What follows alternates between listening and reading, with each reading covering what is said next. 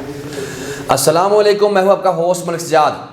तो आज जैसे हम कल आपसे बात की थी कि हम क्वारंटाइन के बारे में बात करेंगे और आज हम आपको इसके बारे में तफसीली बताएंगे कि क्वारंटाइन जो है वो 1 जून से शुरू हो चुका है तुर्की में, लेकिन 1 जून को उन्होंने बंदों ने छोड़ दिया कि कुछ बंदों को इतला नहीं थी और वो जहाज़ के सफ़र पर थे।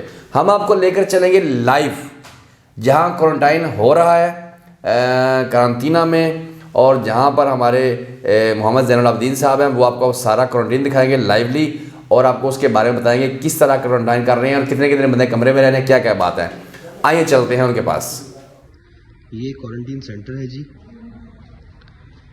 ये कॉरिडोर्स हैं इसके, और एक बंदे को एक कमरा या 2 लोगों को एक कमरा देते हैं यहाँ पे क्वारंटीन के लिए। ये रूम है, 4 बेड का रूम है, ये 2 बंदों को दिया गया अभी। तो इसके साथ ये टॉयलेट है और साथ बाथ।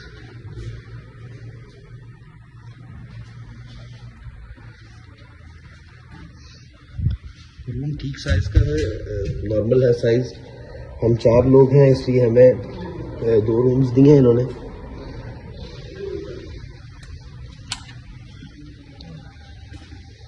ये नाश्ता और खाना यहाँ पे प्रोवाइड किया जाता है, साथ फ्रिज वगैरह लगा हुआ है कमरे में। आप उसके अलावा जो खाना वगैरह है वो बाहर से मंगवा सकते हैं, उसके लिए इन्होंने ग्रोसरी का नंबर दिया हुआ।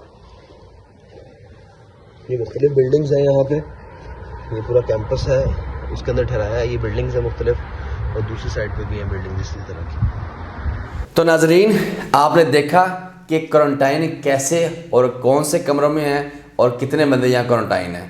तो सारी बात ये आपने बताई ज़ैनुल आबिदीन साहब ने। और क्वारंटाइन जो है वो 14 दिन के लिए कर रहे हैं, लेकिन वो कह रहे हैं लड़के के शायद जल्दी भी छोड़ दें। तो ये तो इसकी बड़ी एक लंबी स्टोरी दास्तान है, ये क्वारंटाइन दोबारा तुर्की में क्यों शुरू हुआ और ख़ास तौर पर पाकिस्तान, अफ़गानिस्तान, बांग्लादेश, इंडिया और नेपाल या श्रीलंका जैसी कंट्रीज़ के लिए क्यों शुरू हुआ, क्योंकि यह लंबी कहानी है। इसके बारे में फिर कभी बात होगी, इस मौजू पर हुई तो। क्वारंटाइन का ये तरीका है जनाब, आप तुर्की में आएँ, कोई प्रॉब्लम नहीं है, और अपना क्वारंटाइन करें। और आपका जो वीज़ा स्टार्ट है वो कुछ दिनों में बताएंगे कि वीज़ा जो है वो आप जब एक बंदे का 10 दिन का वीज़ा है तो वो वीज़ा कब स्टार्ट होगा और आपको एक्सटेंशन कैसे दी जाएगी, ये वो अभी तो 2 दिन से शुरू है, तो इसमें वो तरमीम कर रहे हैं। ये यूनिवर्सिटी का हॉस्टल है जहाँ पे वो कर रहे हैं, बड़े अच्छे साफ़ सुथरे कमरे हैं, तो इसमें कोई खास प्रॉब्लम नहीं है। अच्छा, जिनकी ट्रांजिट फ़्लाइट्स हैं उनके बारे में ये है कि उनका क्वारंटाइन से कोई लेना देना नहीं है। वो अपने ट्रांजिट हॉल में 24 घंटे गुजारें, 10 घंटे गुजारें, 12 घंटे गुजारें और अपनी नई जो डेस्टिनेशन है उसकी तरफ रवाना दवा हो सकते हैं। और जो तुर्किश एयरलाइन है उनको जो है ट्रांजिट हॉल में उनको वेट कराएगी और वहीं से आप दूसरा अपना जहाज़ पर बैठ कर दूसरी कंट्री में जा सकते हैं।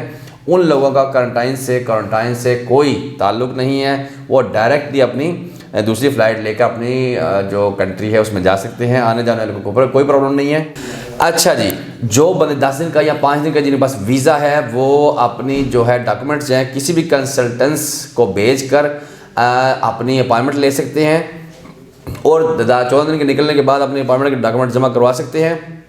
और जो विजिट वीज़े पर आ रहे हैं जिन्होंने रहना ही 10 दिन है तो 14 दिन क्वारंटाइन करेंगे, उनका जो है उनको कुछ ग्रेस पीरियड देंगे और वीज़ा एक्सटेंशन करेंगे आर्जी तौर पर, जो 14 दिन के बाद भी वो 10 दिन रह सकते हैं।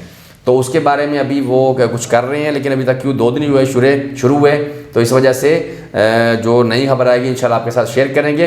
गवर्नमेंट की तरफ से गवर्नमेंट के खर्चे पर आप खाना पीना और क्वारंटाइन आप फ्री कर रहे हैं, इसमें कोई चार्ज नहीं है, कोई पैसा नहीं है, कोई किससे पैकेज लेने की ज़रूरत नहीं है। मुझे काफ़ी बंदों ने कल से परसों से कॉल किए हैं कि क्वारंटाइन का पैकेज क्या है, आप किसी होटल में करवाएंगे, कैसे करवाएंगे, तो मैंने बंदों को कोई जवाब नहीं दिया। मैंने ये इसलिए वीडियो थोड़े 2 दिन लेट बनाई है कि सारी मालूमात ले लें।